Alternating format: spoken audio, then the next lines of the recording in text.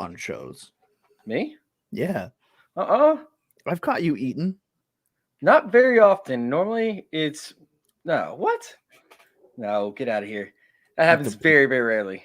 What's going on, guys? Welcome on to Chasing Points. Yes, we are here, and we're here to help you out a little bit on a little bit of recap, because not everybody knows. Not everybody knows exactly what happened this week. So, of course, we're going to run through. We're going to talk about a couple different games, a couple different fantasy scores, who dominated this week, who really stunk up your fantasy teams, give you a little bit of a recap. I'm joined by, of course, Thomas. What's going on, Thomas? How you doing? I'm good now. The Ravens sealing up that dub, so everything is good in the world. Man, that was awesome. The dub was, of course, amazing, but even better so was that record that they just set. What is it? 43 straight games of 100 plus yards rushing. It's now tied for the record. They brought their Steelers. They brought their offense back out to deliberately run the play to get it, and it was fantastic. And Fangio was not happy. Well, I mean, when you have a record on the table, you got to take advantage of that. You got to do it. It's similar to like the Alvin Kamara game from last season, you got to go for that record. Yeah, but now, Peyton tried to cap Kamara by putting Taysom Hill in, and then I was pretty sure that Kamara threatened him if they got the ball back and they put Hill back in. But I think Taysom Hill tried to keep the record away from him. That was actually pretty funny. That, of course, was last year. But no, we're going to talk about today. We're going to talk about, some of the breakdowns. And I'm going to go ahead and start it out with probably, one of the best performances of the weekend. Man, we had Matt Ryan, who has struggled so far this year. Went up against the Washington football team, who has been absolutely atrocious on defense. And he goes out there and puts up 37 fantasy points at the quarterback position, 25-42. 283, but more impressively, the 4 touchdowns, only surpassed by Patrick Mahomes. So is Matt Ryan somebody that you think you can trust moving forward? Or is it something where the Washington defense, it's just like you got to play your quarterbacks up against Washington now? I don't even think it had anything to do with the Washington football team at all. I think it just happened to do with Cordell Patterson just decided that he was going to do amazing things. Matt Ryan had the worst looking top 3 quarterback day I might have ever have seen. It looked bad all the way around bad. He just happened to hit Patterson wide open a couple of times. So you're probably starting all your players against the Washington football team anyway at this point, but I still don't trust Matt Ryan. Not at all. Like Ridley was almost non-existent, right? Pitts had the targets but was almost non-existent. I don't trust this offense at all. Well, I mean, they do have the Jets next week, so I think that's something as to where you can still roll him out, hope for success. He's had now 3 consecutive weeks of 20-plus fantasy points, so if he ends up somehow making it out to your waiver wires because he did, put out subpar performances, I think he's worth grabbing up there for the Jets. Obviously, at QB 26, it's a little bit nerve-wracking, but up against the Jets, I'll take it if you're streaming quarterbacks. Give me Heineke instead. Oh, man. Off the waiver wire. Tay. Well, Heineke had a good week himself. Didn't put up those kind of fantasy points, of course, but he still was up there at 34. He ended up having 43 rushing yards along with 290 yards and 3 touchdowns. So that's something that we want to see from the quarterback position on a regular basis. I don't know that Heineke is going to be this relevant every single week, but if the Washington defense keeps sucking like they have, I don't see why Heineke shouldn't actually be a target, not only for redraft leagues, but for dynasty leagues, right? I mean, he's probably relatively cheap. You have Ryan Fitzpatrick who could come back, but if Heineke keeps on pulling out wins like these, I mean, where you're having close contests and he can actually get off to a good start for the beginning of the games, we could be talking about a possible dynasty asset, not just this year, but next year, possibly the year after that, if he continues to perform well. So is Heineke somebody that you feel like you could target or, start confidently from week to week? Yeah, Superflex leagues, absolutely. Look, if you were excited about what Ryan Fitzpatrick was going to do for the Washington football team, Heineke's giving you that and more than what I think Fitzpatrick could have, because he can move around when he's getting chased around, where Fitzpatrick was kind of a pylon, even though he led the Dolphins in rushing yards at one point. I love Heineke in Superflex leagues. I love him. He's perfect. He's exactly what you're looking for. Hopefully in startups, you picked him up in the 25th round. Yeah, play him 100%. We'll talk about another NFC East team, right? We had the Eagles today. And Jalen Hurts, massive game, absolutely insane game. But it's something that's where, like we talked about it on the starter sit show that we have, to kick off your your Sunday mornings at 11:30. We talked about how you have a right way of doing things and a way that you can actually beat opposing teams. And then you have the way that coaches approach the games, and it leaves you scratching your head.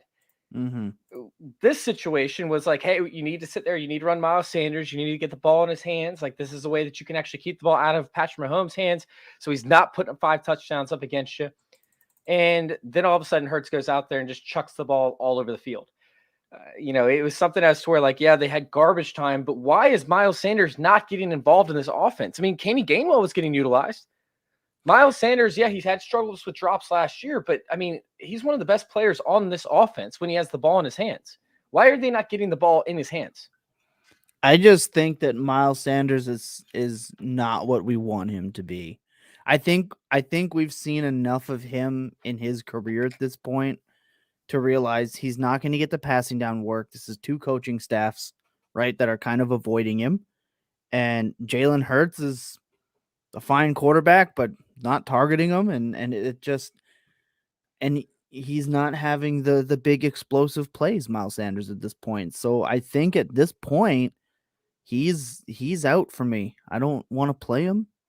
I can't really explain it, but man, he's moving into bench territory at this point. Honestly, dude, I can't bench him yet, man. This is so tough. This is so tough for me because I love 7 carries for 13 yards. 3 receptions on 3 targets for 34 yards. That's benchable. Like his whole week one, 15 carries, 74 yards, 5 targets, 4 receptions, 39 yards, still no touchdowns. Well, he still has no touchdowns on the year, and his attempts went 13 to 7, and his targets went 2, 4, and 3. I don't want any part of Miles Sanders until if and or when he turns it around. I hate to say this because I took a big dump on Kenny Gainwell the whole process, but he looks like the better play week to week, personally. But we're seeing actual efficiency from Miles Sanders. Sure, he had a little bit of a tough run this week, only having 7 attempts for only 13 yards. But I mean, his yards per carry, 4.93, 4.23, 13.5. Sure. And then this week, although he didn't get the rushing attempts, the efficiency in the rushing game, he saw the efficiency in the passing game, hauling in, 11.33 yards per attempt in terms of, the receiving game. So, dude, like, he's still showing major levels of efficiency, and he was last year too. Efficiency doesn't mean anything if you don't get the work. It doesn't matter. I mean, the only thing efficiency matters if you're not getting the work is if you score, and he's not doing that either. He's not even being put in the situations to do so. Kenny Gainwell is. So if he doesn't have the trust and he's healthy, there's no reason that he's not physically able to do this. They're just not doing it with him. It's full blown, feels like 50-50. And sure, he's efficient. Fantastic. I don't care. I just don't want any part of him. Well, let's go ahead and talk about the other side of the ball for this with Tyreek Hill, and then we're going to move on to another NFC East team real quick. Tyreek Hill had a monster game. Rip to anyone playing him this week. See ya. Yeah, you got nothing. Like, you're done at this point. And that's just it. And Kelsey, I know I saw a lot of tilt on the Kelsey threshold. Everyone has a bad game. Just don't worry. He's not lost it. 48 points, 11 receptions on 12 targets, 186 yards, and 3 touchdowns. That's dumb. Tyreek Hill tore it up this week. So let's go ahead and let's stick with the NFC East. I want to talk about one more team with Dallas over there and Ezekiel Elliott, who actually looked like a champ. Got you 20 fantasy points and ended up getting you in the end zone. This is his second or third game where he's had over 100 rushing yards. I think it's second in a row. Oh, nope. So this is his third game with over 100 total yards. 71 rushing yards in week 2 with 26. Actually, I guess he fell short of that. But yeah, he's right there at 100 yards rushing for that one. 100 total purpose yards for that one. And then week 3 with Philly, he ended up having 95 rushing yards, 21 receiving yards. He's had 4 touchdowns over the last 3 games.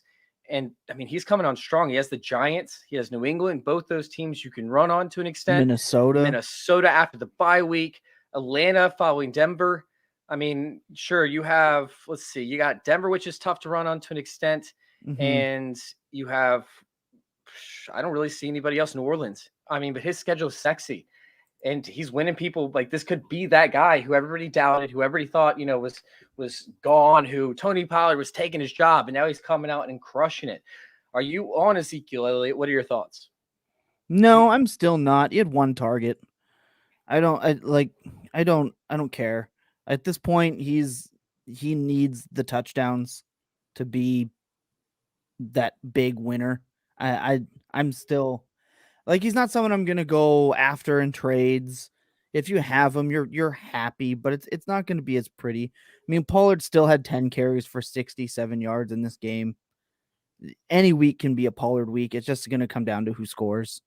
I'm happy for Zeke that he's doing well and that people are happy. I'm still out. You know what this Cowboys offense does, though, right? It scores. It scores points. So you're going to have plenty of opportunities. I love Zeke moving forward. I think that Zeke's a monster play. I think he's a fine redraft asset. I'm still trying to trade him if I got him in Dynasty, 100%. Well, let's go ahead and move on to Cordell Patterson, who is on another team that's been scoring points, putting them up there for the most part. Atlanta's someone, and his name is Sam Darnold. Oh, you want to go to Sam Darnold? Okay, I do want to go to Sam Darnold. Look, 4 touchdown league. You're pretty standard type league here. Sam Darnold, top quarterback option this week. 31.54 points and 4 touchdown passing leagues. Pretty standard scoring. 301 yards. Yeah, he had the 2 picks. One of them was an unbelievable play by Diggs. So whatever. Only, I believe it was the 22nd game with the quarterback having 300 passing yards, 2 passing touchdowns, and 2 rushing touchdowns. Sam Darnold is a weekly play at this point, McCaffrey or not. So take that to the bank. They do have Philly next week, which is they've shown they have a struggling defense. Minnesota after that, the Giants after that. Yeah, the schedule's nice. Atlanta until New England week 9. I don't want to. Sexy games. Don't play him in New England because he might see ghosts again. He just might have a PTSD thing that may be bad. But after that, Arizona, Washington, Miami, bye week, Atlanta, Buffalo. Then the playoffs are not great. But I mean, he'll get you there. He will get you there. Though. Like I was telling you before the show, he's somebody that I went and acquired a lot of this. This past off season. And he's paying off. And so if you have him, congratulations. You probably can't get him now. And if you can, then you're probably going to have to overpay for him. So I'm somebody that likes Darnold. I like the schedule. If I have him, great. But I'm not going to go out and try and acquire him just because the asking price is going to be way, way, way too high in most leagues, especially dynasty leagues. So I don't know what Thomas just saw. He might have seen ghosts. But let's go ahead and bounce over to the NFC South. Oh, it's not a tear for Montgomery. That's all I care about. I hadn't seen that yet. Looks like they're calling hyperextension. Yep, so it happened in a couple weeks. Yeah, happened in the fourth quarter. Balling too. Yes, he was. I had Montgomery's very strong play this week. All right, so we have Cordell Patterson. I hate it. Don't even laugh because I hated it. That was my most hated take of the entire weekend. Was I liked Montgomery. Most people want to gloat about having like a real strong call like that. Chase is like, Montgomery, I'm gonna get out of here. Yep, I hate my life. Hard no. I knew that he was going to have a good week, but I don't want anybody to know that I actually supported him this week. All right, so we had Cordell Patterson, who had 5 receptions on 6 targets, 82 yards, 3 touchdowns. Absolutely insane week up against Washington football team. Is this something where Cordell Patterson is now a must start every single week? Has to be. He has to be. Mike Davis is not it. And Patterson is playing well right now. I mean, you got to ride the hot play at the flex spots. Look how many injuries we have. How many questions today do we have where the players were just a big abysmal mess, right? And you have Patterson who's just playing well. He's not going to have 5 touchdowns, right? He's not going to average 2+ touchdowns a week. It's not going to happen. But the targets are there. The big play is always there. He's got to be a must start. 20 targets over the past 3 weeks. That's insane. Ridiculous. For the running back position, that's somebody that I definitely He's want on my roster. And check this out. So week 2, or we'll start out with week 1. Week 1 and week 2, 33% of the snaps. he's Week the wide 3, receiver 3. 42%. Love it, man. That's insane. Absolutely love it. I'm somebody that's a big supporter of Cordell Patterson moving forward. I mean, we see the Debo, Jets oh my God. should be a smash play. Miami should be a smash play. Carolina should be a pretty damn good play. I mean, we're gonna see these guys actually produce at a high end level when it comes to Cordell Patterson moving forward for a good amount of time. All right, yeah, let's go ahead and bring up Debo real quick while we're here talking about receptions and guys. I just want to mention before you get on Debo, just the top 12 receivers this week and how much of a crapshoot it was overall. So standard PPR scoring, like not the big bonuses and whatever else. Hill, Samuel, Patterson, DJ Moore, McLaurin, Deontay, Randall Cobb, Corey Davis, Van Jefferson, Tyler Boyd, Justin Jefferson, Khalif Raymond. That's your top 12 so far from the one I'm looking at right here. That's an absolute crapshoot. So Corey Davis week, just man, wanted that to revenge mention, game. You did say that was a nice touchdown catch. I'll give him that. Yep, he definitely lit it up. But let's go ahead and start out with Debo real quick. Debo, right? The running back for the San Francisco 49ers was actually involved in the passing game this week. 12 targets, 8 receptions, 156 yards, 2 touchdowns, man. He was just getting every opportunity in the world. He was left completely wide open on a wheel route where he took it to the house. I think it was like a 70 or so yard catch. I'm got to look that back up. But, I mean, he was a machine. He was a primary target. He was almost missed on that throw. Yeah. They almost missed him. He was a primary target, though, for Trey Lance, who might end up being the quarterback moving forward. You know, as long as Trey Lance is the quarterback over there, I think that Debo Samuel, and by the way, Debo was still great with Jimmy Garoppolo. I'm not taking anything away from that. But we're going to have Trey Lance looking close to the line of scrimmage, looking for guys that are open. You know, it's something as to where he's very reactionary, and he showed that this past game instead of anticipatory. So I'm really looking at Debo Samuel as a guy who can actually create space and could be a target magnet moving forward from Trey Lance. Every time that Trey Lance was in trouble, he targeted Debo Samuel. Is Debo Samuel like a top 5 wide receiver for you moving forward? No, but I was wrong about Debo. I immediately was putting him down as like the third option, right, on the offense. Like I didn't think he was going to be it. I don't think people will say that they knew this was going to happen. No, you didn't. You had a feeling that he was a good player, but this is ridiculous. What he's doing is just completely, to me, out of nowhere, given his usage on that team. And now he's the deep threat. He's the everything guy. And he's healthy. He looks great. I'm happy for him. Wrong about him. Top 5. No, I think he'll come back down to earth a little bit. He's in there right now. He's in that Mike Williams conversation with me, right? Where we're super happy and ecstatic, but we don't think that I don't think either of those two guys are season-long top 12. Like I wouldn't call them top 12 rest of season. As long as Debo can stay healthy, like I am 100% in on Debo Samuel. I don't care if it's Dynasty. I don't care if it's redraft. You might be able to get somebody to release him at his all-time, not his all-time lowest price, but the lowest price that he might be at for the whole rest of the season right now, because they're just trying to sell high, quote unquote. And honestly, I would probably pay that high price because I don't think we're done seeing the end of Debo Samuel's blow-up weeks. And any week that we're going to see the 49ers have a competitive matchup, I think that he's going to end up smashing because nobody really has had to deal with a player like this on a regular basis. Well, I mean, we talk about a bowling ball of a player. This guy's like another version of, Washington football team running back. I just had a humongous brain fart. Sorry. Anyways, he's somebody that is like a bowling ball type player that is going to knock people over, that's going to break tackles. He's going to create space on top of that. So I love Debo Samuel moving forward. He's one of my top targets. Yeah, like he's, again, part of it too is Kittle not producing, right? But Kittle still had 11 targets today.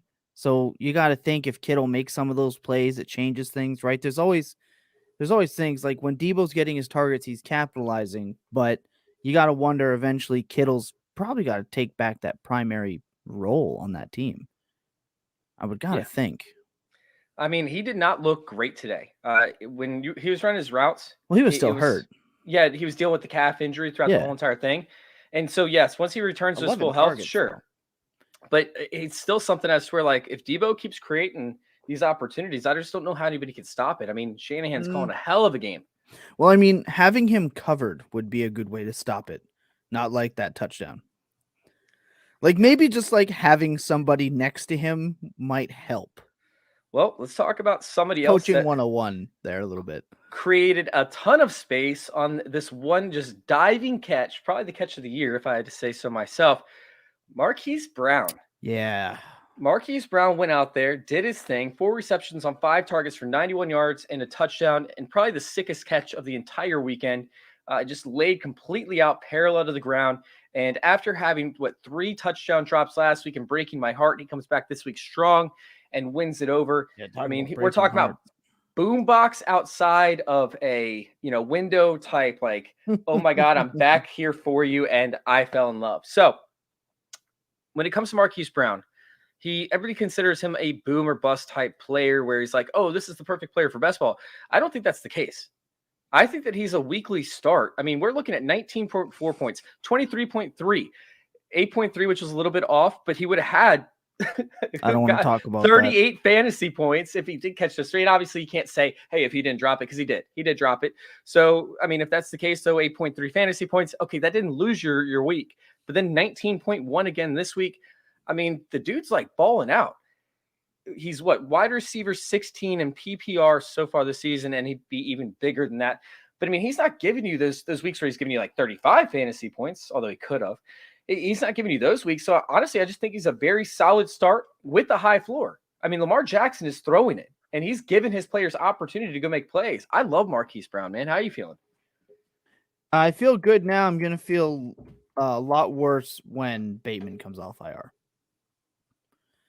Personally, I think Bateman's going to end up taking over as the one. I do. Marquise Brown all the way. Marquise Brown is going to continue to be like that deep threat, but these short routes that they're running with him, that's going to be Bateman. He's not getting too many short routes. I mean, he only had 5 targets. Well, look at his previous games, right? Like if you look at his longest plays, like he's actually not catching a ton of deep balls. He dropped most of them, but his plays have been intermediate, right? A little bit on the outside, a little bit short. His average depth of target is like one of the highest in the NFL. Well, Lamar Jackson's yards per completion is insane too. But just overall, like they don't throw it short really. But what I mean by that is his intermediate, those quick outs that he turns up, right, and the deep ins that he turns up, etc. Even today, I think those are Bateman's balls, and I think that deep ball, that's going to be his. Those other ones are going to be Bateman's. Man, I'm loving Marquise Brown moving forward. That's what they drafted him for. They didn't draft Bateman to be a deep threat. No, but he'll just take over for like what we saw from James Prochet, right? And Devin Duvernay and Sammy Watkins. Those guys are going to get their targets hurt. Not Marquise Brown, man. He's still going to see 5, 6, 7, 8 targets a game and the occasional blow-up game with like 10. So if Hollywood Brown's seeing 8 targets a game still, 7 targets a game still, let's say Bateman's going to get 6, Watkins is going to get 5, Andrews is going to get 5 to 8. Were you saying Marquise Jackson, Jesus, Lamar Jackson's going to throw the ball 30 to 35 times a game? I don't see that happening. What's he sitting at right now? Not that. He's got to be up there though. So, but I see 25 to 30, no problem. Like I think that's going to be I mean, their defense has been bad, but I can't see that. Dude, okay. It's something as to where Lamar Jackson is obviously trusting his arm a little more this year. He has over 30 attempts a game. Yeah, he's sitting at 30, 26, 31, 37 this past week. So they were still bottom 7 in the league. Yeah, I mean, 30 attempts isn't a lot, but he could easily hit 30 attempts. I think last year he was still hitting 30 attempts per game towards the tail end of the season. Or I'm sorry, it was in the beginning of the season that he was hitting that. But yeah. I just believe Bateman's a better player. So for me, I'm not going to bet on Hollywood Brown maintaining this like fringe wide receiver 1 thing that he's doing. I mean, I love to see it. You know I do. Ravens all day. Ravens till I die. Doesn't sound like it. All right, But let's also go keep ahead. in mind, even keep in mind, right? This is his second career 300-yard passing game. He only ran the ball 7 times. So that's an outlier game. Well, it's going to be tough, man. Let's go ahead and bring up the opposing team because they didn't do what I thought they were going to do. I thought they're going to dump it off a bunch of their running backs. And yeah, Teddy Bridgewater got hurt, but he still wasn't passing the running backs. All of a sudden, the final drive rolls around, or the final 2 drives roll around, and they're targeting the running back like 4 different times. And it was like, why weren't you doing this the entire game? Like, they're getting chunk yardage. Sure, you had one bad one. I don't even know if it was a screenplay or not, but there was one where Williams lost 3 yards. Outside of that, they were gaining 5, 6, 7 yards on some of these outlet passes. Like, why were you not doing this? Every other team has proven that you can do this up against the Ravens, and they just didn't do it. They weren't using their checkdowns. They were throwing it downfield to an extent, but I mean, they were inaccurate passes. It was crazy. Yeah. They only had 7 targets to the running backs today. Very weird. Yeah. I mean, what was it? We had Jamal Williams, I think, had 8 in the first game of the season up against them. So 10 targets for Fant. That definitely had something to do with it. Well, Fant had a hell of a game too. Yeah. He had 9 or 5 Fant receptions? went 6 of 10, 48 in the score, which is great. Fantastic. If you're looking for a tight end, that's top tier. It really was. I think it was definitely top 12 for sure, but possibly top 8. Either way, like it's just something that's very, very frustrating moving forward. I do want to make a keynote for everybody that's listening. Baltimore is going to look really, really bad up against tight ends for probably another 10 weeks. Like when you see this ranking and it's going to have Baltimore ranked, like, it's going to probably be like, 29th or 30th or whatever. Like it's going to look really, really bad for Baltimore's defense. Well, they're just straight up bad on defense right now. They face the Ravens. They face the Chiefs. So they face Waller, they face Kelsey, they face Hawkinson, who they shut down Hawkinson, and then they face Noah Fant. Like those are 4 of the top, 8 tight ends, arguably. Yeah. And 3 of the top, probably 3 right now in the league. Like that was a tough ass schedule. So of course the Ravens aren't going to look good. Of course the Ravens are going to struggle up against the tight ends to an extent. Don't go follow that little ranking number because it's going to end up coming back to bite you in the ass if you're some of the stream's tight ends, or if you're somebody that's trying to play, in a dynasty league where you have some deep sleepers. Don't focus on what the Ravens were. Focus on what, your player is going to be, and don't go chasing those tight end points that they've allowed over the recent history. Yeah, I mean, that's one of those things where numbers are going to show you one thing, but you kind of got to dig a little deeper. All right, so let's go ahead and talk about another team over there in the AFC North. We're going to bring up some of the bad stuff that happened this week. I love talking about bad stuff in the AFC North that isn't Ravens related. How many different, GIFs or GIFs or whatever you want to call them, how many highlight films, the negative ones, are we going to get of Ben Roethlisberger this season before they make some sort of change to this offense, whether it's changing the quarterback or changing the offensive coordinator? Because Matt Canada is not doing it. Ben Roethlisberger's not doing it. And honestly, I'm not even blaming it all on Matt Canada. I think that he's allowing Ben Roethlisberger to do what Ben Roethlisberger is capable of doing. Yeah, they can keep Big Ben in there so they can keep losing games, in my opinion. I think they're going to – I said at the start of the year that they're going to finish last in the division, and I'm sticking to that pretty savagely. Their defense is doing what they can, but bye, Big Ben. Right off in this. Get ready to be replaced by Dwayne Haskins, bro. It's going to be Dwayne Haskins, or is it going to be Mason Rudolph? Well, they know Rudolph still sucks, so they might as well throw Haskins in if they're 2-5. Might as well. Heck, man, they might as well just lose a few more games so they can actually get a quarterback early on in this draft. If their defense lets them, fine. If their defense actually lets them lose games, because their defense is doing everything they can. Well, their defense can't score 30 points, so. Agreed. But I mean, we look at what happened with the Bears, right? And the Bears can't seem to lose because their defense is too damn good over the past few years. But yeah, it was embarrassing for Big Ben. He had an absolutely atrocious week, and he's somebody that it's like, dude, it's about time to give somebody else an opportunity. He went out there, he was 25 for 38 for 228 yards and a touchdown, but his stat line is way, way better than his actual, what he looked like during the games up against Green Bay. It was not pretty. Somebody else that disappointed at the quarterback position was Kirk Cousins in this Browns game. I mean, we talked about it before the show.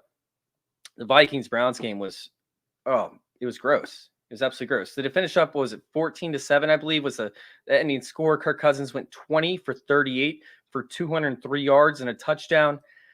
It just wasn't pretty. And, before the show, we talked about how the Browns defense is finally starting to put it together.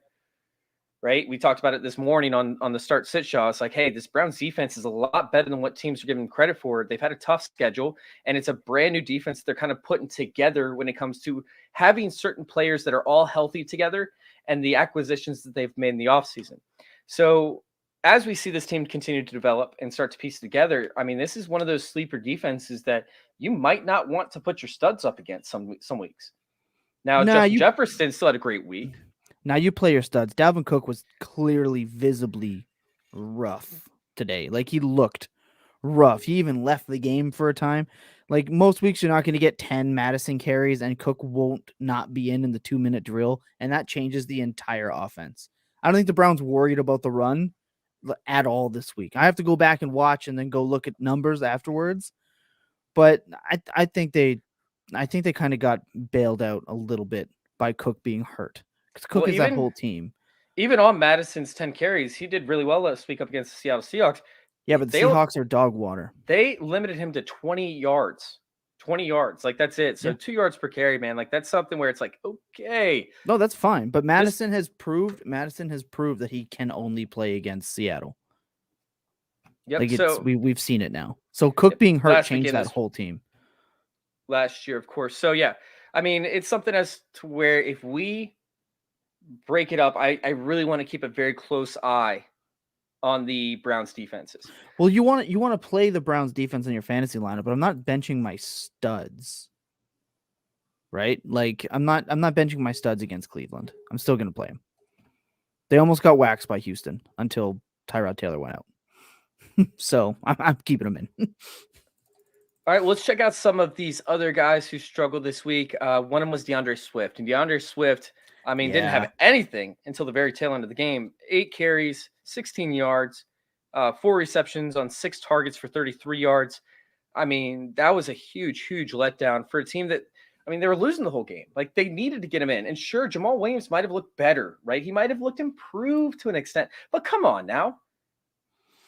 Come on. This is not something as to where, like, Deandre Swift, like, should have been replaced by Jamal Williams at any point in the game, much less in a game that they're losing. Deandre Swift should have had more opportunities.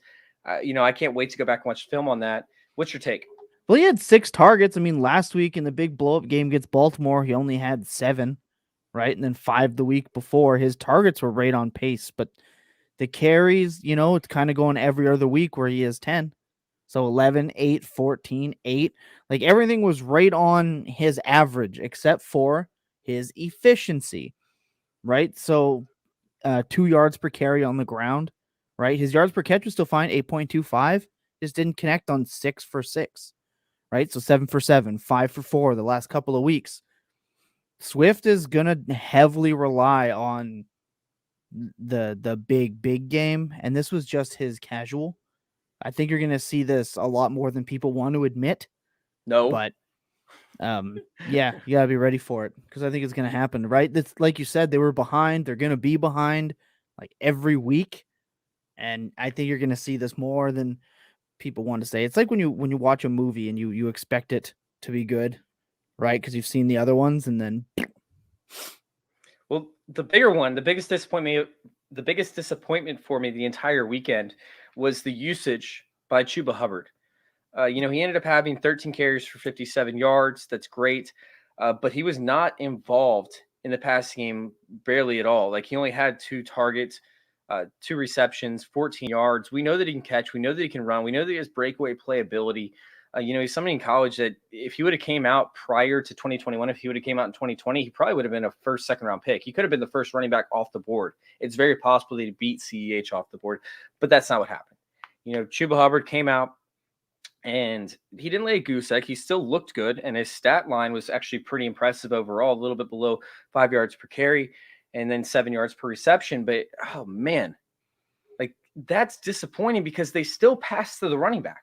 Mm-hmm. Right. And I think it was Rod Smith for Carolina who ended up getting 5 targets, 5 receptions, 48 yards. Mm-hmm. I mean, like, that should have been the stat line for Chuba Hubbard on top of what he already had. He should have had 7 receptions on 7 targets for 62 yards. So Yeah, I don't know. They even put DJ Moore in McCaffrey's role for a lot of those. I think that could just be a classic. We don't trust the rookie, don't want to give him everything type jargon, but clearly, just Chuba was not the guy. And you can't. This wasn't just like an auto. Like for me, I know you loved him this week, but this wasn't like an automatic. He'll be Mike Davis, right, where he still gets 90% of the workload. I don't think that was going to be the case. So temper your expectations for Chuba moving forward. I can't with you. I can't. No, I Straight understand. facts, homie. Well, he was the primary piece of this offense, right? And if they didn't go down so early, then he probably would have actually had a better week rushing overall because guess what? I mean, he still had the yards per carry, of course, and he was still creating yards after Well, yeah, contact. 4.3 was fine, but even when they were ahead, right, last week against Houston, he had 11 carries for 52. That's when you were ahead. Like, Yeah, but he didn't by come into enough in a competitive that's game. 3 quarters worth. Okay, Not sweet. even 3 quarters. That was like a halftime. Yeah, so he would have had 120. So take away all of Rod Smith's plays, and we'll call that 3 quarters for today. Right? Yeah, Like that's right. It's true this story. is what you're getting. You need the touchdowns from him, and they put more in when they wanted to run those plays out of the backfield. More could have had 3 today, but he was out at the 1 on another play from the backfield. That wasn't Chuba in on those carries. So, or in the What 2-minute drill because that was where Smith made his money. you brought up the So fact of like the wide receiver position, right? And how like it was so random at the top half of it. yeah, And it was like to an extent. But what was even crazier was the bottom half. And Cooper Kupp, will start with him because that was one of the guys that I was very low on this week. I did not think he was going to perform at a very high end level. He gave you 11 fantasy points. He still gave you 13 targets, but yeah, he was very well insane. guarded. Matt Stafford had a very inaccurate game. Cooper Kupp only gave you 5 receptions on that. Somebody else or another player that disappointed this week was DeAndre Hopkins. We have Devontae Adams. Oof. We have Brandon Cooks, who was on the Thursday game. Allen Robinson. I mean, it was a rough week for some of these top end receivers. So, is there anybody here? Oh, Tyler Lockett's another one. Is there anybody here that disappointed you more than anyone else for this slate in the wide receiver position? I'm actually getting worried about DeAndre Hopkins. Like I have concern now. Because last week, you remember we were saying like he's a little banged up, or the last time like he was a little banged up. We didn't really know. Well, now we have kind of see it a couple weeks in a row. The targets aren't funneling his way, right? You always knew DeAndre Hopkins was just going to eat up targets. And now he's not. So this is a problem. And the big play isn't there for him either. James Conner is scoring on the 1-yard line. They're not throwing those little fade routes, the small digs to DeAndre Hopkins. I'm a little worried about him moving forward. I'm not saying the wheels fell off. I'm just saying out of all those receivers, DeAndre Hopkins in 2 matchups where I think he should have crushed, he hasn't. I'm okay with DeAndre Hopkins. He was shadowed by Jalen Ramsey almost the entire game, and Jalen Ramsey loves to shadow Hopkins. Like they have a very competitive nature between the two of them, and I think they're actually like really respectful of each other. Literally, I think it was Ramsey gave Hopkins a ton of props, talking about how he's probably the best receiver he's ever had to play against. They love facing each other. Sure, but I just want to point out though to that point, if you take out the 3 touchdowns on his season, he's had absolutely abysmal games. Abysmal. 8 targets, 6 receptions, 83 yards. 4 targets, 4 receptions, 54. 6 targets, 3 receptions for 21. And today, 7 for 4 and 67. Take out the 3 touchdowns. Everyone is in full-fledged peak tilt mode for DeAndre Hopkins. So it's something to keep an eye on because he was healthy today. Yeah, he was healthy. It's just up against Jalen Ramsey. I'm fine with Hopkins moving forward. Yeah, he's somebody that you need to keep an eye on, but you're still starting him. But Minnesota, Jacksonville, and Tennessee, the 3 weeks before that? Yeah, it's rough. But like we said, he was dealing with injuries for those weeks. Not all 3. He hasn't been hurt since like week 3 of the preseason. Yeah, but he's been dealing with lingering injuries. But his whole career. Yes, his whole career as well. For me, the biggest, like, I guess concern, or like, what's the right way to put this? Like alarm that's going off my head was Jalen Waddle, who had a crazy awesome matchup. He was wide open for almost the entire game, and he just wasn't getting the targets. He saw four targets, 3 receptions, 33 yards, but he saw all those in the beginning of the game, like in the first 2 or 3 drives. And it was extremely frustrating because you're like, okay, dude, he's about to crush it because he has such an advantageous matchup. And then you're watching the game and you're like, he's wide open, throw him the ball. And he never got the targets, even on the touchdown pass to Gesicki. I'm not saying that Gesicki shouldn't have gotten that pass because Gesicki was closer. It was by far an easier pass to make. Gesicki should have gotten it. But if you just go back and you watch the highlights, you're just going to see Waddle in the background running completely free. And he's like got a whole yard between him and the defender. And so it's like, it's something that's where you see the ton of targets that he got last week, and you wonder why did they take him out of the game script for this week after he puts up 33 yards on 3 receptions to start the game out. This play calling is a little bit bizarre for me. Jacoby Brissett is not the answer over there at quarterback. I'm excited for when Tua comes back because maybe Tua will end up lighting him up, be able to open it up a little bit. It is concerning though moving forward, and a lot of people are holding on to Waddle like he's like a treasure right now. But I don't know if that's going to be the case moving forward as long as he's part of this coaching staff.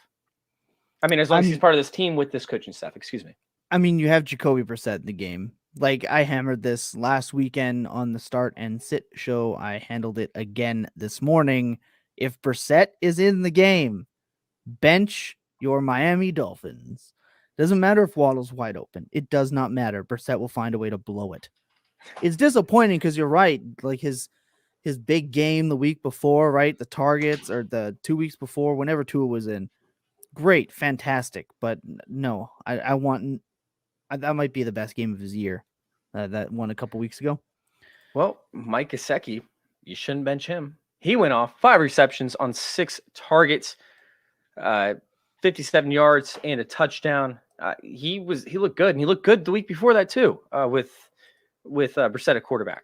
And it's kind of bizarre, like how this is all kind of turning around for us because you wanted Gesicki to be good with Tua, and Gesicki's terrible with Tua. He doesn't even see the opportunities. And then Will Fuller comes back, and everybody's like, oh, he won't see the opportunities in the slot because Will Fuller's going to take him. That wasn't the case. Now, Will Fuller did get hurt. He hurt his hand. He had to come out of the game. But still, I mean, we're seeing 8.6, 23.6, 19.2 from Gesicki. I mean, Gesicki might actually be a decent option here if Brissett's at quarterback for as long as we see it. Now, Tua is projected to come back within a few weeks, but I mean, like, is Gesicki something that you can actually start with confidence moving forward with his schedule? I mean, Tampa Bay, sure, it might not be the easiest, but their secondary is not great. We have Jacksonville. We have Atlanta. Buffalo allows the tight end position to actually do decent up against them. Houston, Baltimore, which we just saw with Noah Fant did to Baltimore. I mean, we're talking all the way week 10 at this point. Then they have the Jets again. I mean, Giants are on this slate. Like, this is a sexy, like, schedule moving forward for the tight end position. Is it something that you might want to attack? Nope. I want away from Mike Gesicki. I want away from him. Trade him. Trade him if you got him. Get rid of him. Ship him out. Pack him up. Bucket of balls and a few pints. I'm done. I'm done with them. So in Dynasty, what would you trade him for? Because I actually just traded him for a 2nd-round pick with Tyler. Tyler from Dynasty Happy Hour. Yeah, I just made a trade with him in the Pigs League, and I got a 2nd-round pick for him. Easy money. Pigs. Easy money. You can get replicated tight end production from a guy like Mike Gesicki, right? Gerald Everett, when he comes back, sure, put him in. There's a good chance. I'm nervous that I made a bad pick. A bad play on this. He can get 4 receptions and a touchdown for you, like Mike G will. Sorry, that 10 reception, 12 target game is an anomaly. 100%. What about the 19 points he just put up this week? Okay, great. He scored 5 receptions for 57 yards. Is not like, woo! I don't care. I don't care. All right, I'll take it. Like if you just want him for like that touchdown, but I'll take a 2nd-round pick for sure. I'll take a 3rd-round pick and a player. One, like, easy, no problem. Right, so package him with someone and get him out of here. Yeah, we actually had another tight end have a great performance, who had one as well in week 2. So would you take him over Max Williams? No, I think I'd actually keep Williams at this point. Former Baltimore Ravens selection, Max Williams, finally healthy. Look, he's a big boy, but I mean, Kyler Murray likes him, obviously. So I think I'd just rather the better offense. So give me that tight end and the better offense. I'll take that. He ended up going out today 5 66 yards and a touchdown. Yeah, just take that. Go on your waiver wire and go pick him up. Yeah, easy money. Let's bring up a couple players that definitely underwhelmed at the tight end position. We have, of course, George Kittle, who just looked like he didn't look healthy in this performance. 11, 12 targets. That's fine. And then we had, what was the other one I was looking at? Hawkinson underwhelmed and Kyle Pitts underwhelmed. I think Hawkinson got blown up too in that game. Like, I'm pretty sure he got laid out, if I'm not mistaken. There was I don't know if play, that affected his the rest Psyche. of his day. And Goff went out for a while too. So I'll leave Hawkinson alone for sure. Well, that's what I was going to ask you. Which one are you more nervous about? Because we have Gesicki over. I mean, we have Hawkinson over there, 4 for 8, 42 yards. Very similar stat line, 4 for 9 for 50 yards for Kyle Pitts. Washington football team is actually really bad against the tight end in most cases because they don't have a true free safety, and Landon Collins struggles in coverage. So Kyle Pitts' performance a little bit more worrisome than Hawkinson's. I don't think so. Kyle Pitts had 9 targets for 50 yards. Like, if you're going to have a tight end play, because tight end is like the joke of fantasy football, right? Anyone that catches a touchdown pass can be a tight end one. Like, remember Dwelly season, right? Oh, yeah. So I want the tight ends who are the focal point of their offense, whether or not they're connecting. So Pitts, 9 targets. He's been a target machine so far this year. Hawkinson had another 8 targets. I saw a couple overthrows for him. You just got to throw those out. Like, Schultz right now is a player I want to go and grab. 100% I want to go and get Schultz because he's showing out now. 8 targets, 7 targets. He had 6 targets in week 1. The touchdowns are coming his way, right? You want the guys that are a part of good offenses that are not a 4th option. And there's only a few of them. No, you're 100% right on that. And like, I don't want Dawson Knox. Right? I know Dawson Knox scored the 2 touchdowns. You don't want Dawson Knox? 8 targets, 5 receptions, 37 yards, and 2 scores. No thanks. But he's part of a high-powered offense that scores a ton of touchdowns. That is the 4th option for on this team. No thanks. What? Who's the first 2 for you? Sanders, Beasley had an anomaly type game, and you have Diggs, and then they're running the ball. No. I can't. He's also like not someone who, I've never been in on Knox. I don't get it. These are outlier games to me. 4 touchdowns in 3 games. Nah, it's an outlier. Sorry, don't want him. Nope, I love Dawson Knox. Give me all the Dawson Knox. He's a stud. He performed last year when he was given the opportunity. However, he had to share the field with it was Tyler Croft, I believe. And, they were splitting snaps. Plus, he was hurt for half the season. So, he still performed. He played 12 games. He was tight end 38. Yeah, but he just didn't see the opportunity. Plus, in the red zone, they're starting to protect Josh Allen. Tyler Croft. Yeah. Sorry. It was part of it, man. He's a developing tight end. He's 24 years old. He's 20. Don't forget, this is a Dynasty show. He's 24 years old. And he's sitting there as a developing prospect. And now one of the most high-powered offenses in the NFL. I mean, 6'4", 254, and can still move like a champ. Touchdowns aren't sticky, though. Like, I'm not counting on him scoring that many. Like, eventually Diggs will get his. Beasley will go in. Moss will score on those plays he was close with today more times than not. Josh Allen will run a few in when he's close. Nah, I'm not counting on that. You're talking about a back-end tight end, though. Like, this is something where, hey, okay, if he didn't have the touchdowns, right, he didn't lose you a week in week 1. He still gave you 10.1. Without the touchdown in week 2, sure, that one was a rough one, but week 3 up against Washington, he still finishes as like a top 15 tight end. I'm not saying he should be on your waiver wire. I'm just saying I'm not excited about having him if I do. He's a player, again, I'm trying to trade away because there's somebody out there like you that will believe in him, and I don't. I don't want that, again, that touchdown dependent guy. No. But that's what you want with tight ends. I want, and it's not, did you not hear what I just said? He's not I want touchdown the dependent. Athlete who is a focal point in their offense. He's not touchdown dependent though, because he still had 8 points without the 2 touchdowns, 8.7 points without the 2 touchdowns this past week. Tight end 15. Good for him. Yes, tight end 15. That's not going to lose you a week. It's not going to win you one either, so I don't care. No, but you don't need your tight ends to always win you one if you have a great front end in your roster. Nah. That's all right. Safe. That's not for me.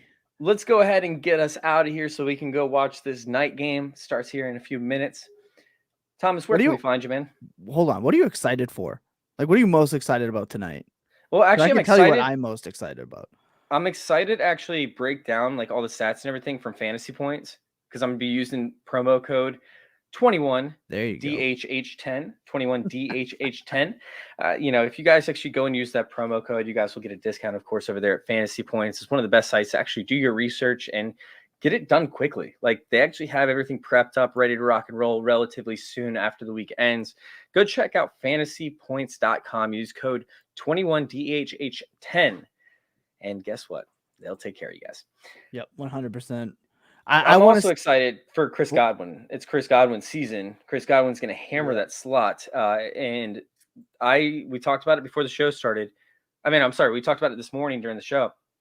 Dude, like the Patriots saying that they're not going to pause the game. Yeah, that's what I was going to say.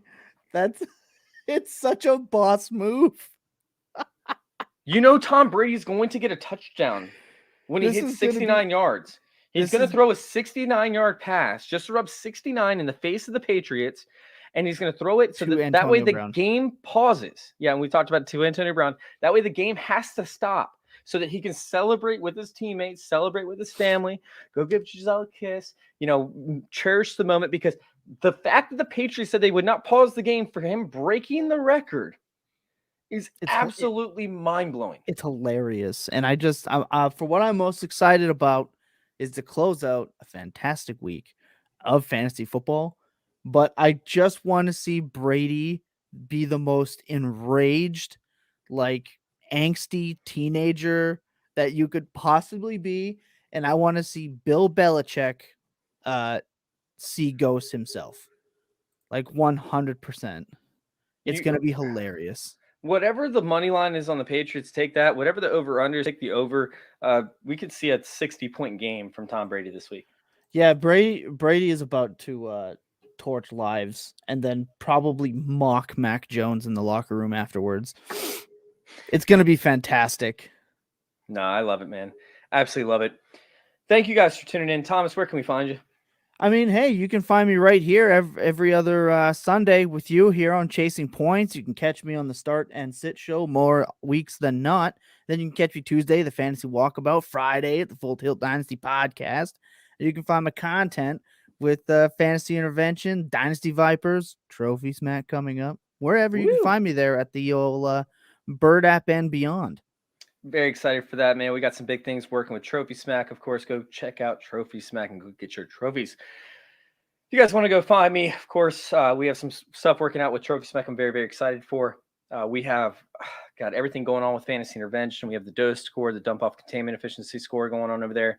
Can't wait to update that. This should be the first week where it starts to kind of normalize itself, and I'm excited to get that in the works. But go check us out over there on Twitter at @joinourcircle_, and go follow me over there at @FF_intervention. Of course, thank you guys for listening, and thank you guys for chasing those points with us. We out.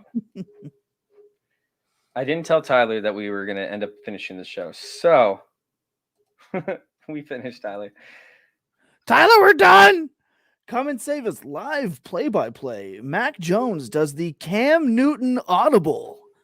Does the sweater pull on the audible on a play to Hunter Henry. Play action, scrambling around, and he's going nowhere. Sacked by first-round pick number 9. Don't know what your name is. I can't say it, and I'm not going to try.